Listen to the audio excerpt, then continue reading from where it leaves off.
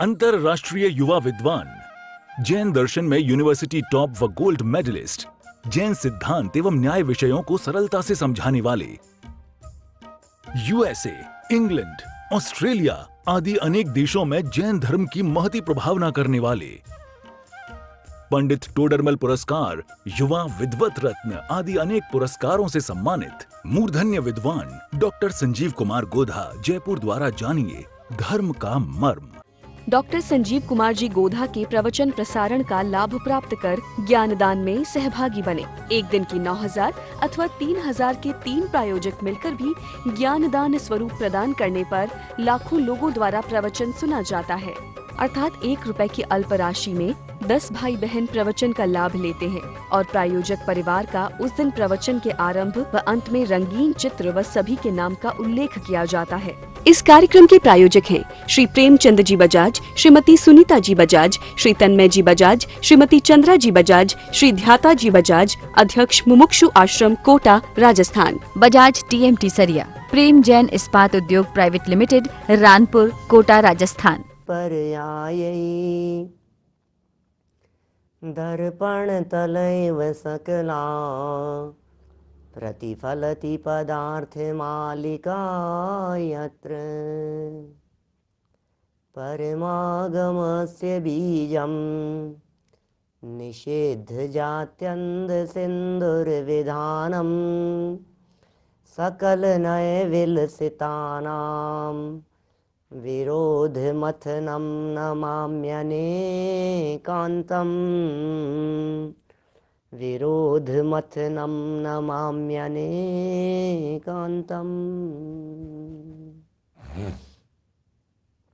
पुरुषार्थ सिद्धि उपाय नामक ये ग्रंथ चल रहा है।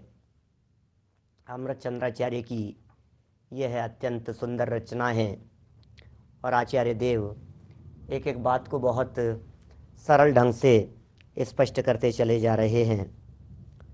कौन बंध का कारण है, किससे होता है आखिर बंध। बंधन से तो सब बचना चाहते हैं, लेकिन बंध से बचने से पार नहीं पड़ेगी, बंध के कारणों से बचना होगा।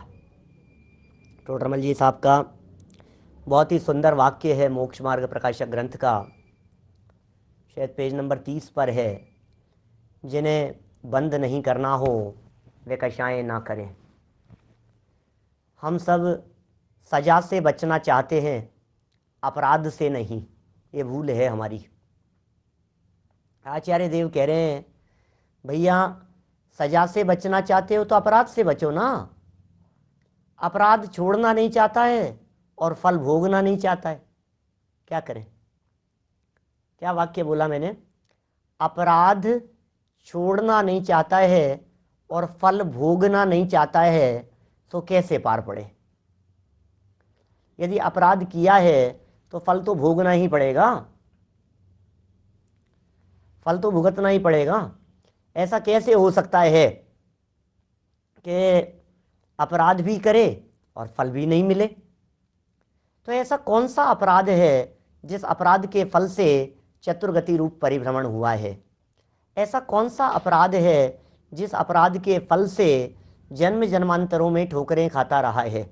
ऐसा अपराध क्या है? उस अपराध को यहाँ राग का अपराध कहा है, कषाय का अपराध कहा है, विभाव भावों रूप अपराध कहा है।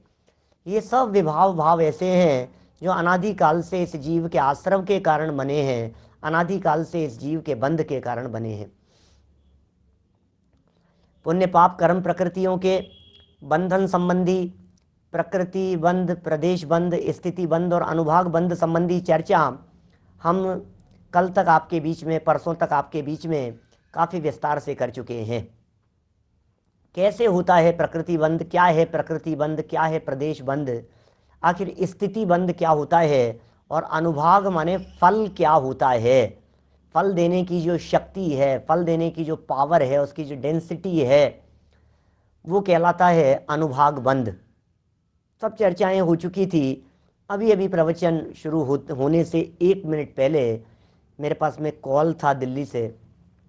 मैंने कल परसों शायद कुछ आपसे आयु कर्म संबंधी और गति कर्म संबंधी अनुभाग की चर्चा की थी, शुभ अशुभ के बारे में। 2 मिनट उसका खुलासा करना चाहता हूँ। अपने प्रवचन का समय हो गया था, इसलिए मैं फ़ोन पर उनको खुलासा नहीं कर सका। मैंने कहा मैं प्रवचन में ही करता हूँ। कल परसों की ही बात है, हमने ये बात कही थी आपसे, कौन सी आयु शुभ है और कौन सी अशुभ है, कौन सी गति शुभ है और कौन सी गति अशुभ है। तो सुनो, तिर्यंच गति और नरक गति ये दोनों अशुभ गति है, पाप प्रकृति है, अशुभ है।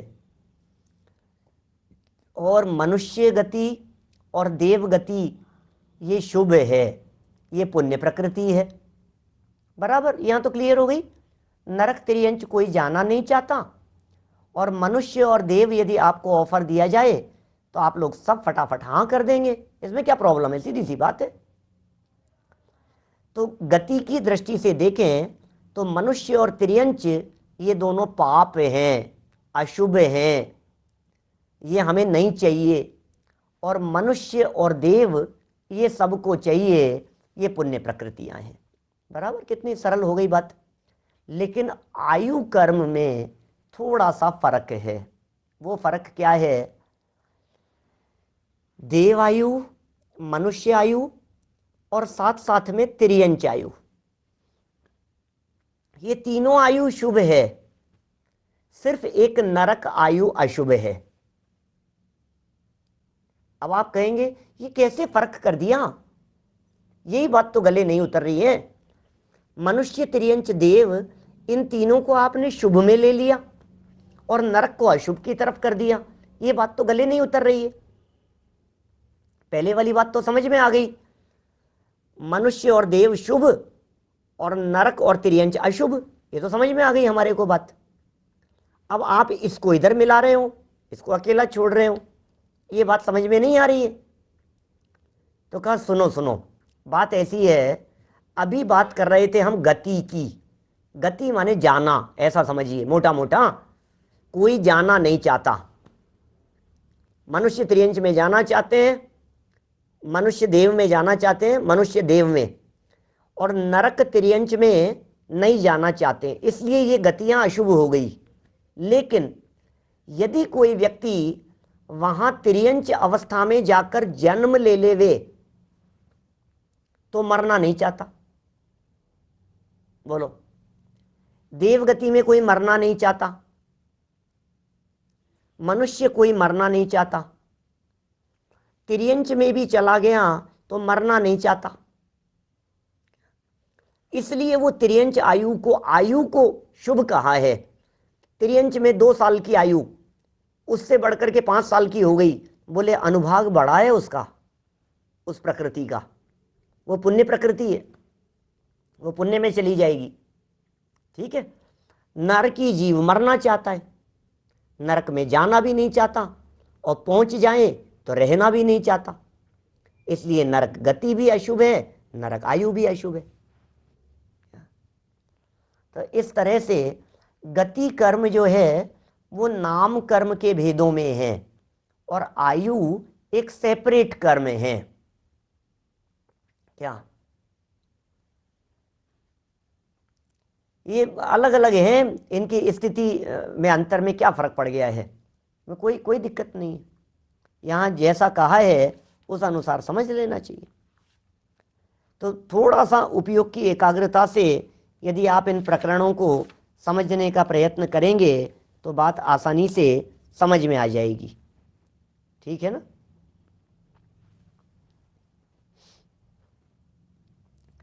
देखिए क्या कह रहे हैं, रत्नत्रय से बंध कैसे नहीं होता, ये प्रकरण है। ये भी अच्छा लिख दिया हमारे चिंतामन जी ने। गति अवस्था है और आयु उस अवस्था में रहने का काल है। बस इतने से अंतर से आप देख लेंगे तो बात समझ में आ जाएगी। देखिए, अब ये जो प्रकरण अपना चल रहा था, ये जो चर्चा पूरी चल रही है, उस पूरी चर्चा में एक बहुत सुंदर बिंदु यहाँ प्रतिपादित किया, बताया गया, रत्नत्रय से बंध नहीं होता भैया। बंधन का कारण तो राग है, अबंध दशा का कारण वीतराग है। वीतरागता से बंधन नहीं है, और राग से बंधन हुए बिना रहता नहीं है। ऐसा हो नहीं सकता कि राग हो और बंधन नहीं हो। ऐसा हो नहीं सकता कि राग हो और ये जीव मुक्त हो जावे। क्या देखिए 216 नंबर का ये श्लोक हम पढ़ चुके थे। यहाँ 217 नंबर के श्लोक की चर्चा हमें आगे करनी है। अरे अभी तो उससे ऊपर का भी बचा है एक पैराग्राफ। इंद्र हेमिंद्र वाले पदों की भी तो चर्चा चल रही थी। सुनिए सुनिए क्या बात कह रहे हैं। हाँ, बड़ी सुंदर सुंदर बातें हैं भाई। किसका नाम निश्चय सम्यक दर्शन, किसका नाम निश्चय सम्यक ज्ञान, किसका नाम निश्चय सम्यक चारित्र। बोले सुनो, जहां आत्मा से जुड़ गया वहां सब निश्चय हो गया, और जहां आत्मा को छोड़कर बाहर निकल गया सब व्यवहार हो गया। इससे सरल क्या व्याख्या की जाए? जो आत्मा से जुड़ गया वो सब निश्चय हो गया, और जहां आत्मा से दूर हो गया वो सब व्यवहार हो गया। व्यवहार तब तक कहलाएगा जब तक वो आत्म साधना में सहयोगी है, तब तक है बस। आत्मा की श्रद्धा निश्चय सम्यक दर्शन, आत्मा का ज्ञान निश्चय सम्यक ज्ञान, आत्मा में लीनता निश्चय सम्यक चारित्र। बस देखिए पुरानी पुस्तकों में 197 पेज है, और हिंदी वाली नई पुस्तकों में 262 262 नंबर का पेज है। गुजराती पुस्तकों में 184 184 नंबर का पेज है। तो आत्मा से जोड़ करके चलिए आप। तो भैया निश्चय मतलब वास्तविक, निश्चय मतलब सच्चा, निश्चय मतलब खरा, निश्चय मतलब परम पवित्र, निश्चय मतलब असलियत। असलियत क्या है इसकी? बोले असलियत तो यही है, यदि आप मोक्ष जाना चाहते हैं तो अपने आप को जानो, अपने आप को पहचानो, अपने आप में समा जाओ। यही निश्चय है, यही वास्तविक है, यही सच्चाई है, यही असली मोक्ष मार्ग है। कि साहब निश्चय मोक्ष मार्ग तो असली कह दिया, व्यवहार मोक्ष मार्ग भी आखिर मोक्ष मार्ग तो है ना? कि नहीं। टोडरमल जी साहब ने कहा जो सच्चा मोक्ष मार्ग तो है नहीं, लेकिन मोक्ष मार्ग का सहचारी होने से उसे मोक्ष मार्ग कह दिया जाता है, वो व्यवहार मोक्ष मार्ग है। ऐसा स्वरूप है। 262 नंबर पेज पर बोल्ड लेटर्स में बीच में एक पैराग्राफ दिया है, सुंदर पैराग्राफ है 217 नंबर श्लोक के ऊपर। फिर आज हम थोड़ी चर्चा को आगे बढ़ाएंगे। तीर्थंकर आदि प्रकृतियां जो है, ये प्रकृतियों का तो बंध रत्नत्र से होता होगा, बड़ी सुंदर चर्चा होगी। आत्मस्वरूप का श्रद्धान करना निश्चय सम्यक दर्शन है। आत्मा के स्वरूप की श्रद्धा, हाँ जी बिल्कुल क्लियर हो गई सब बात। आत्मा की श्रद्धा, बस आत्म स्वरूप की श्रद्धा लिख रहे हैं। मैं इसको थोड़ा सरल बनाऊं और ज्यादा तो मैं ये कह सकता हूं अपने आप की श्रद्धा।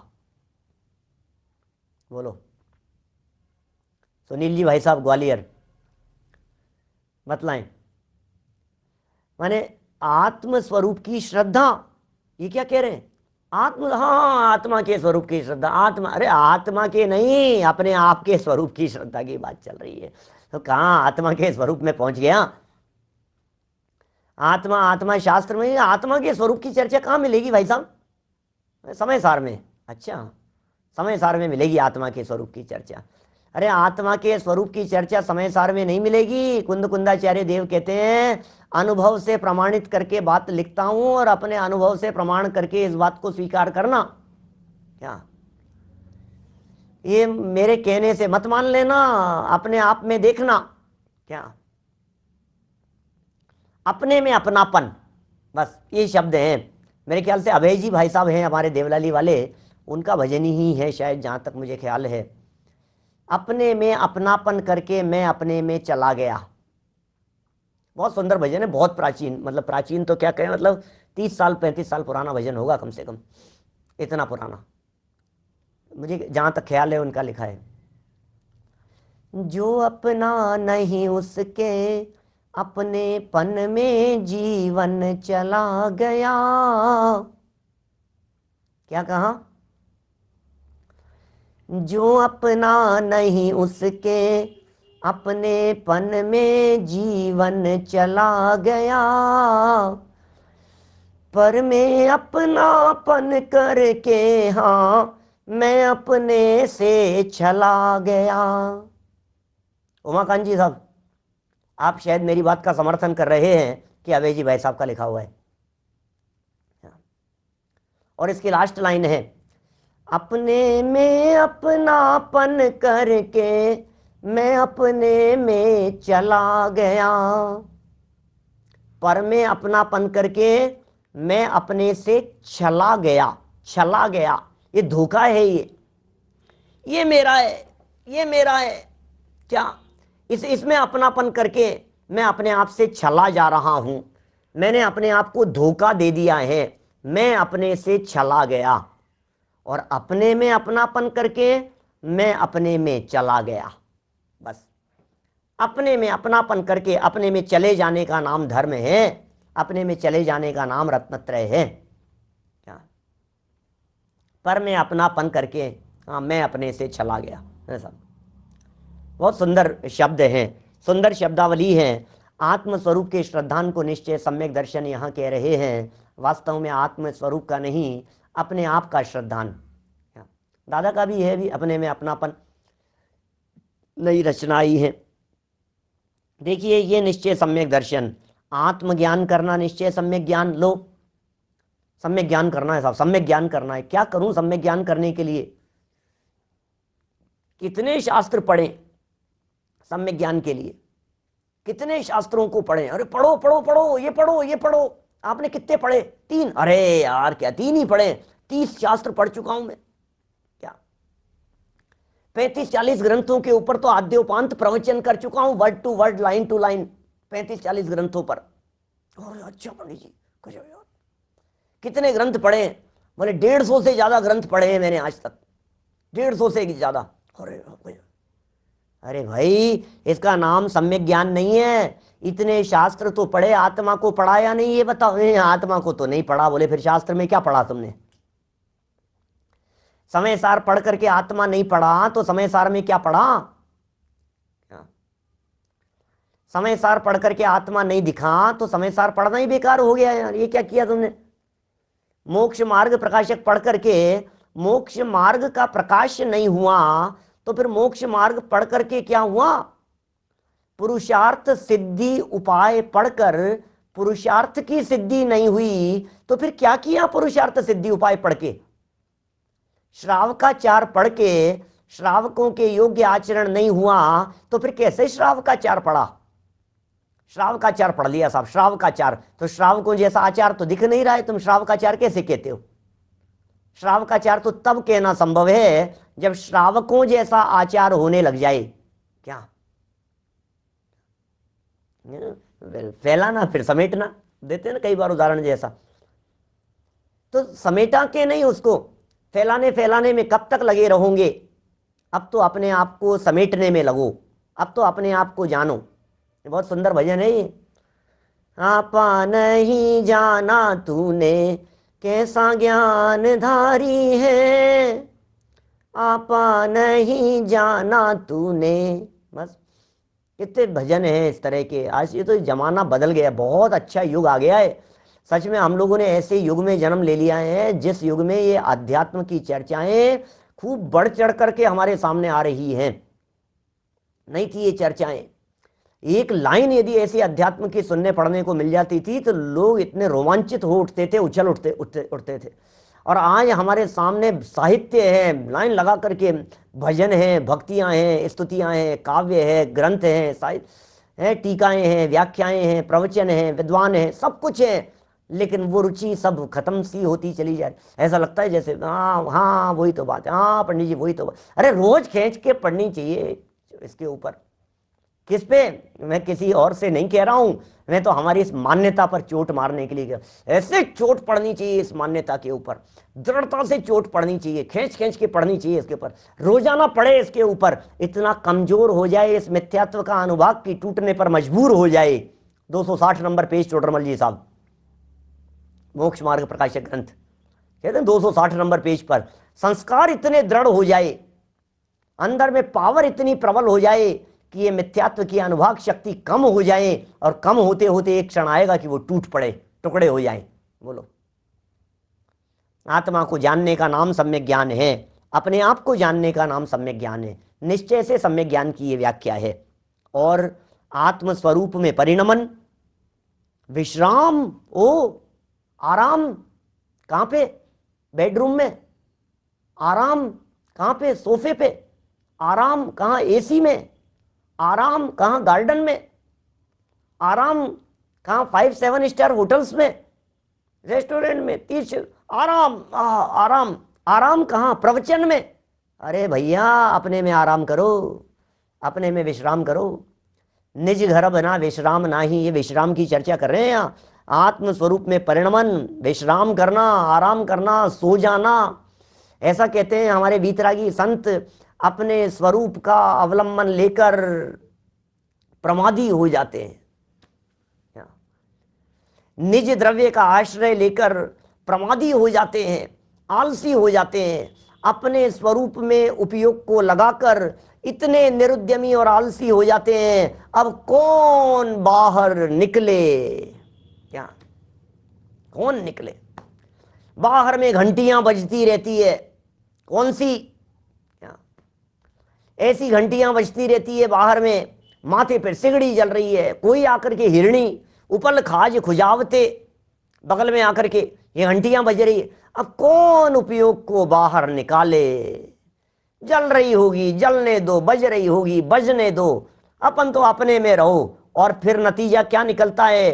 अंतःकृत केवली हो गए, स्वर्ग से देव लोग उतर आए, ओ जय जयकार होने लगी, अरहंत बन गए, भगवान बन गए। लो भैया, सिद्धालय में जाकर के विराजमान हो गए। ये क्या हुआ भाई साहब? ये इकाई का चमत्कार है ये, अपने में आराम करने का, ये विश्राम। इसका नाम चारित्र है। कौन व्यक्ति इस बात को चारित्र कहे? ये चारित्र समझ में नहीं आता है। चारित्र माने चरण, लेकिन स्वरूप में चरण का नाम चारित्र है, अपने में लीनता का नाम चारित्र है भैया। स्वरूपे चरणम, छेड़ाला के अंदर तीसरी ढाल की लाइनें हैं ये सब। पर द्रव्यंते भिन्न, आप में रुचि। आपका इंटरेस्ट किस में है? बिजनेस में। आपका इंटरेस्ट किस में है? सर्विस में। आपका इंटरेस्ट किस में है? बोलो राजेश भाई शिकागो वाले, बोलो नवीन भाई अमेरिका से, क्या कहना है? आपका इंटरेस्ट किस में है? डॉलर्स में? अरे नहीं नहीं नहीं पंडित जी, अपन तो सब छोड़ दिया, अपन तो सब निवृत्ति ले ली अपन ने। अच्छा, ये किस में है आपका इंटरेस्ट? अरे अपने आप में रुचि, इसका नाम सम्यक दर्शन है भाई साहब। अपने आप में रुचि का नाम, आप मुझे समझ में नहीं आता है, कितना सरल काम है। मेरा इंटरेस्ट मेरे में हो, इससे ज्यादा सरल बात और क्या हो सकती है? बोलो। दूसरे की बात सुनने में तो इंटरेस्ट होता नहीं है और होना भी नहीं चाहिए, दूसरे की बातों में हमें काहे का इंटरेस्ट। लेकिन समस्या ये है, इसको दूसरों की बातों में ज्यादा इंटरेस्ट नजर आता है। पड़ोसियों के क्या हो रहा है इसको इंटरेस्ट है, ये कान लगा करके सुनता है। उनके क्या हो रहा है, इसके क्या हो रहा है। न्यूज़पेपर में इसको इंटरेस्ट है, टीवी चैनल्स में इनको इंटरेस्ट है, टीवी सीरियल्स में इसको इंटरेस्ट है। इसका इंटरेस्ट बना हुआ है कल क्या होगा, इसके साथ में क्या होगा, उसके साथ में क्या होगा, वो उसका शर्मा जी का क्या हो गया, वो मोदी जी का क्या हो गया, उनका क्या हो गया। काय में इंटरेस्ट है तुम्हारा? अपने आप में इंटरेस्ट का नाम सम्यक दर्शन है, अपने आप की रुचि का नाम, अपने आप के जानने का नाम सम्यक ज्ञान है, और अपने आप में लीनता। बस आत्म स्वरूप में परिणमन, विश्राम, आराम। क्या करना है? अपने स्वरूप में करो आराम। निश्चय सम्यक चारित्र है। ओहो, यह निश्चय रत्नत्रय साक्षात मोक्ष का कारण है। रत्नत्रय से तो मुक्ति होती है, रत्नत्रय मोक्ष का कारण है भाई साहब। क्या क्या कहें बोलो? रत्नत्रय जो है ना, ये रत्नत्रय मोक्ष का कारण है, दूसरा कोई मोक्ष का कारण नहीं है। एक रत्नत्रय से एकमात्र मुक्ति होती है, दूसरा कुछ नहीं होता है भाई साहब। क्या ये कह रहे हैं यहां?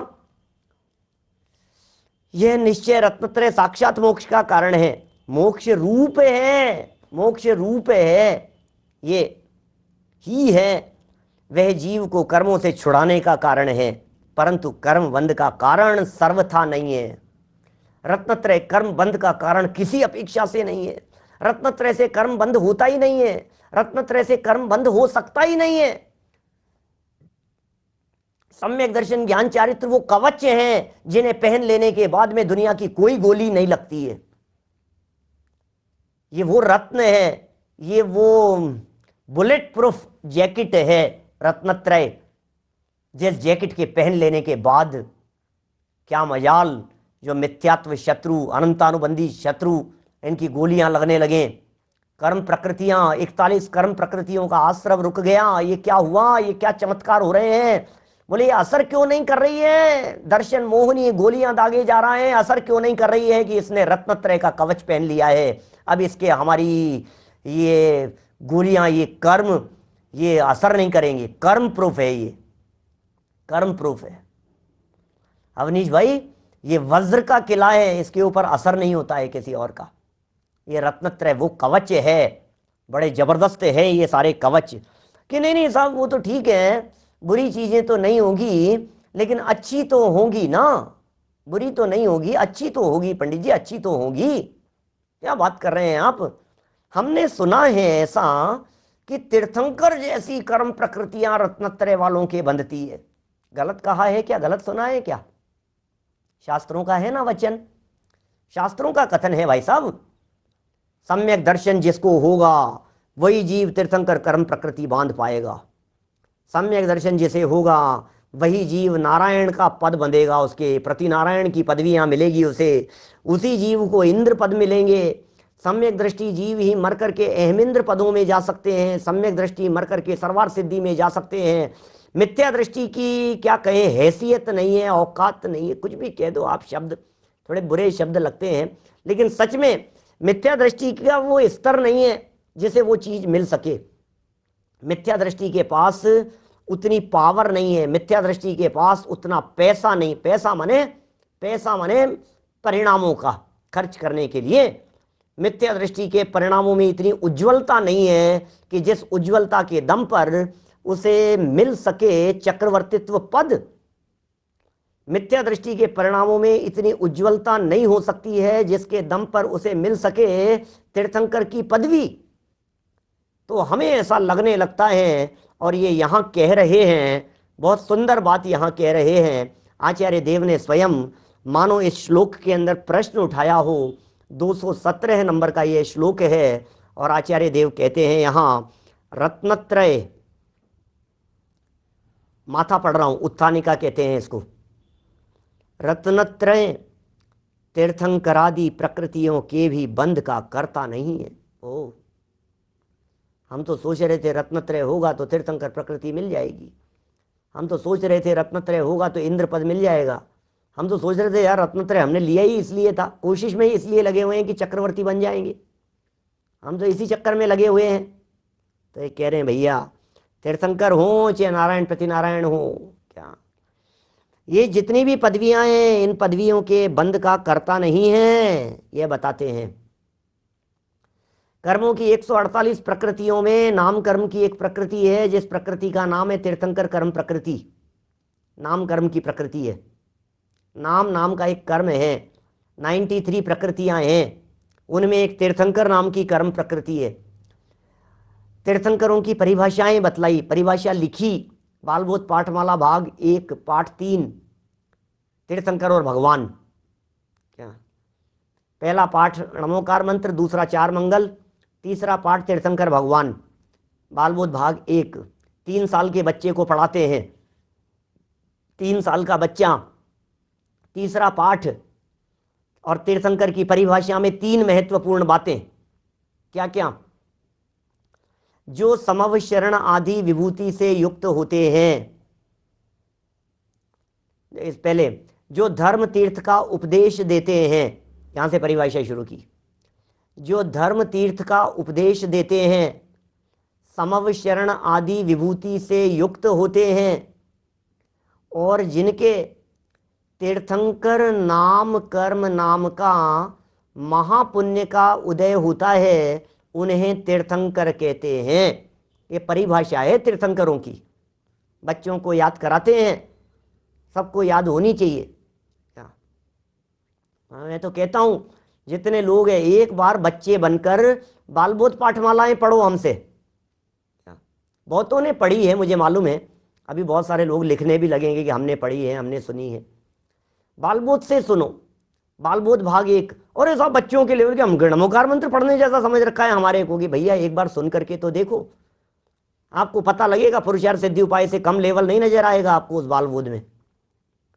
रत्नकरण श्रावकाचार समय सार छेड़ाला तत्वार सूत्र से कम लेवल नजर नहीं आएगा।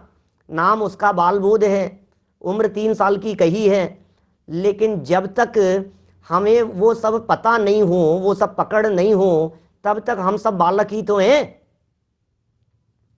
तीर्थंकर किसे कहते हैं? परिभाषाएं ऐसे टिप्स पर होनी चाहिए, ऐसे उंगलियों पर रटी हुई होनी चाहिए परिभाषा। हमारे वीरेंद्र जी शास्त्री हैं, अभी थे, रहते हैं रोजाना, उन्होंने बालबोध के ऊपर सीडी बनाई है, पूरी वीडियो सीडी बालबोध भाग 1 के ऊपर, बहुत परिश्रम मेहनत करके रायपुर से, मैंने अच्छी परिश्रम करके पूरा वीडियो डिजाइन सब कुछ करके उसकी डीवीडी, अब तो डीवीडी का जमाना थोड़ा सा प्रचलन में नहीं है, वो सब काफ़ी मेहनत की है उसमें। मेरा कहने का मतलब ये है, ये बातें छोटी छोटी सी दिखती है, लेकिन ये है महत्वपूर्ण, प्रयोजनभूत है। भाई बेस है ना, बेस क्लियर होना चाहिए कि नहीं। अभी देखो, अब मैंने बात तो आपको बालबोध वाली यहाँ भी बताई ना, आपको यहाँ बालबोध भाग 1 की मूल पॉइंट क्या है वहां, तीर्थंकर नाम कर्म, ये शब्द है वहां, तीर्थंकर नाम कर्म, नाम का महापुण्य का उदय होता है। बोले पुण्य का उदय है ये पुण्य प्रकृति है। नाम कर्म की प्रकृतियों में, नाम कर्म की प्रकृतियों में ये एक पुण्य प्रकृति है, तीर्थंकर कर्म प्रकृति, उसका बंधन होता है बाकायदा। आत्मा के साथ में वो कर्म परमाणु आकर के बंधते हैं, बंधन है। इसलिए अभी तो बहुत सुंदर चर्चा ये यहाँ करने वाले हैं, बहुत बहुत मजेदार चर्चा होने वाली है। ये कह रहे हैं वो तीर्थंकर कर्म प्रकृति का बंधन रत्नत्रय वालों के हो रहा है ना, तो रत्नत्रय से बंधन होता है, सब रत्नत्रय से होता है। अरे नहीं भाई, क्या नहीं होता है?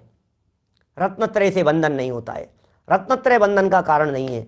जरा सुनिए, प्रश्न उठाया है यहां, अभी तो पहले प्रश्न तो हो, फिर उसके जवाब की चर्चा करेंगे। प्रश्न तो क्लियर होना चाहिए पहले। 217 नंबर श्लोक देखिए,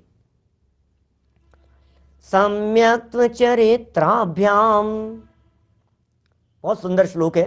अरे जवाब में तो इतना सुंदर है कि आपको मतलब ऐसा लगे, मैं तो कहता हूं हर व्यक्ति याद करे, ऐसे श्लोक है जवाब में। 218 है, बहुत सुंदर श्लोक। अपराध कह करके पुकारा है, अयम अपराध है, ऐसे अपराध कह करके उसे कहा है। देखिए यहां क्या कह रहे हैं, सम्यक्त्व चरित्राभ्याम तीर्थकराहार कर्मणो बंध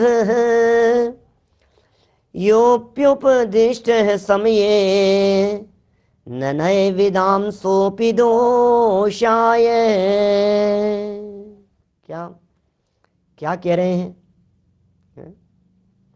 बड़ा बड़ा गजब का शब्द है यह, सम्यक्त्व चरित्राभ्याम तीर्थकराहार, तीर्थकर आहार, दो प्रकृतियां हैं, एक तीर्थंकर और एक आहार। क्या?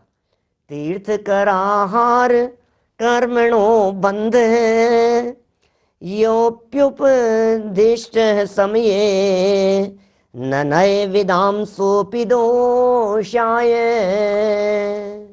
क्या क्या कह रहे हैं?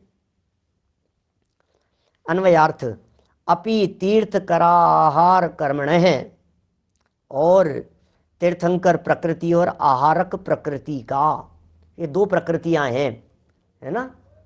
तीर्थंकर प्रकृति और आहारक प्रकृति, ये दो कर्म प्रकृतियों का यह बंध है, जो बंध सम्यक्त्व चारित्राभ्याम, सम्यक्त्व और चारित्र से समये उपदिष्ट है, आगम में कहा गया है।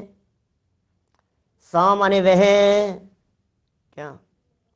अपि माने भी, नए विदाम, नए के ज्ञाताओं को, दोषाए न, दोष का कारण नहीं है। क्या समझो तो सही जनवाणी का मर्म क्या कह रहे हैं ये। लिखा है साहब, शास्त्र में लिखा है, शास्त्र में लिखा है। अरे भाई समझो तो सही क्या। अरे आलोक जी भाई साहब बहुत अच्छे वरिष्ठ विद्वान हैं, ये लिख रहे हैं, कितनी सुंदर बात। हमेशा जीवन भर विद्यार्थी बने रहना चाहिए, विद्यार्थी बन करके रहो। अरे मैं तो वो अमिताभ बच्चन का वाक्य कहता हूं, बच्चन साहब कहते हैं ज्ञान की कोई उम्र नहीं है, सीखने की कोई उम्र नहीं होती। जिस उम्र में कौन व्यक्ति वृद्ध है, वो कहते हैं जिस व्यक्ति ने अपने जीवन में सीखना बंद कर दिया, समझ लीजिए वो वृद्ध हो गया। इस कार्यक्रम के प्रायोजक हैं श्री प्रेमचंद जी बजाज, श्रीमती सुनीता जी बजाज, श्री तन्मय जी बजाज, श्रीमती चंद्रा जी बजाज, श्री ध्याता जी बजाज, अध्यक्ष मुमुक्षु आश्रम, कोटा, राजस्थान। बजाज टीएमटी सरिया, प्रेम Jain Ispat Udyog private limited, Ranpur, Kota, Rajasthan. Doctor Sanjeev Kumar ji Godha के प्रवचन प्रसारण का लाभ प्राप्त कर ज्ञानदान में सहभागी बने। एक दिन की 9,000 अथवा 3,000 के 3 प्रायोजक मिलकर भी ज्ञानदान स्वरूप प्रदान करने पर लाखों लोगों द्वारा प्रवचन सुना जाता है। अर्थात 1 रुपए की अल्प राशि में 10 भाई बहन प्रवचन का लाभ लेते हैं और प्रायोजक परिवार का उस दिन प्रवचन के आरंभ व अंत में रंगीन चित्र व सभी के नाम का उल्लेख किया जाता है।